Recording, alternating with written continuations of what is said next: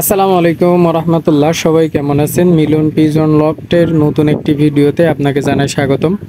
আমার সামনে এই যে একটা ছোট্ট সাদা কবুতর দেখতে পাচ্ছেন, এই কবুতরটা প্রচণ্ড ঠান্ডা লাগছে। ঠান্ডা লাগার পরে সমস্ত মুখমণ্ডল ফুলে গেছে বহুদিন। একে এখন ট্রিটমেন্ট করব। আর সম্পূর্ণ ভিডিওটি দেখতে অবশ্যই আমার চ্যানেলটি সাবস্ক্রাইব করবেন এবং পাশে থাকা বেল বাটনটি বাজিয়ে রাখুন পরবর্তী ভিডিও পেতে, এবং লাইক, শেয়ার ও কমেন্ট করুন।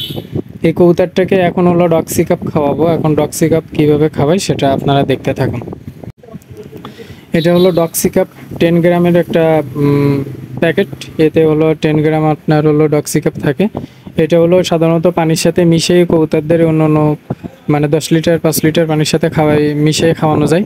এখন আমার তো দুইটা কবুতরের সমস্যা হয়েছে, এই জন্য আমি দুইটাকে খাওয়াবো। এই জন্য আর কি এরকম একটা ছোটো একটা সিলিন্স নিয়েছি। এটা 10 সিসির সিলিন্স, মোটামুটি বড়।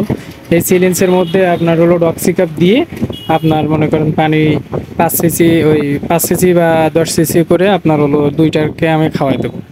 এখন কেসি দিয়ে এটাতে কেটে নেব। কেটে নেওয়ার পরে মনে করেন যে এই ওষুধটা, ব্যাপারটা হয়েছে কি, এই ওষুধটা আগেও আমি ব্যবহার করছিলাম। এখন ব্যবহার করার পরে এই মাথায় হলো আগুন গ্যাস লাইট দিয়ে জ্বালিয়ে মনে করেন যে আটকায় রাখছি, যাতে হাওয়া বাতাস না যায়। এতে ওষুধটা আপনার হলো ভালো থাকে। আর এমনি চাপিয়ে দিলে আসলে ওই ওষুধটা ভালো থাকে না, পরে নষ্ট হয়ে যায়। একে আপনারা ট্রাই করতে পারেন, দেখবেন কবুতরটা ওই আপনার ওষুধগুলো অনেক অনেক দিন যাবত ভালো থাকে।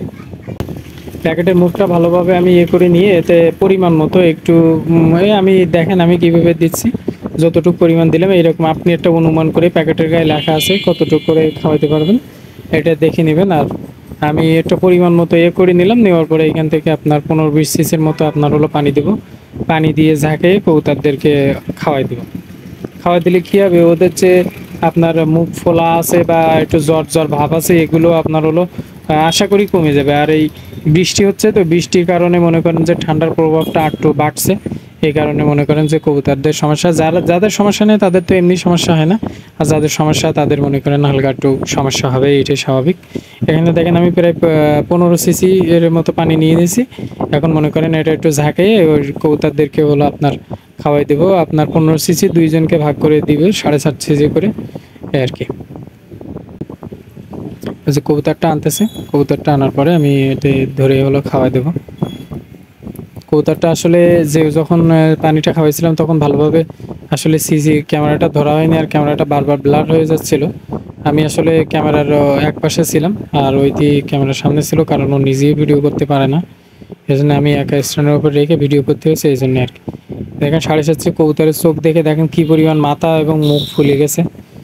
খাদ্য টাদ্য একটু কম খায়, এই জন্য আর কি। এটা দিয়ে দেখি কি হয়। আর আলাদাভাবে কোনো ট্রিটমেন্ট করিনি, কারণ এই ওষুধটা বাসায় ছিল, এই জন্য আর কি দিয়ে দিলাম। এমনি ডক্সি ট্যাবলেট দিলেও হয়, বা আমি মনে করছিলাম যে নাপা দিয়ে দেবো, নাপা দিলেও কাজ হয়, কারণ একটু জ্বরের ভাব আছে। তো ওটা না দিয়ে আপনার হলো ডক্সিটা দিয়ে দিলাম। ডক্সি দিলে আপনার কাজ হবে ভালো।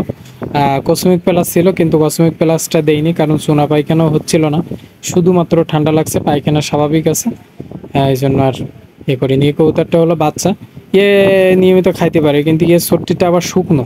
এমনি হয় না, ভিতরে টিটরে সব দিক ঠিক আছে, কিন্তু সর্দিটা শুকনো।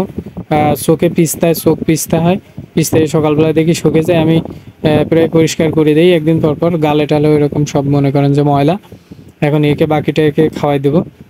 ধন্যবাদ সবাইকে ভিডিওটি দেখার জন্য। আর আমার চ্যানেলে যারা নতুন আছেন অবশ্যই চ্যানেলটি সাবস্ক্রাইব করবেন, পাশে থাকা বেল বাটনটি বাজিয়ে রাখবেন পরবর্তী ভিডিও আপডেট পেতে। আজকে ভিডিও পর্যন্ত। আসসালামু আলাইকুম রহমতুল্লাহ।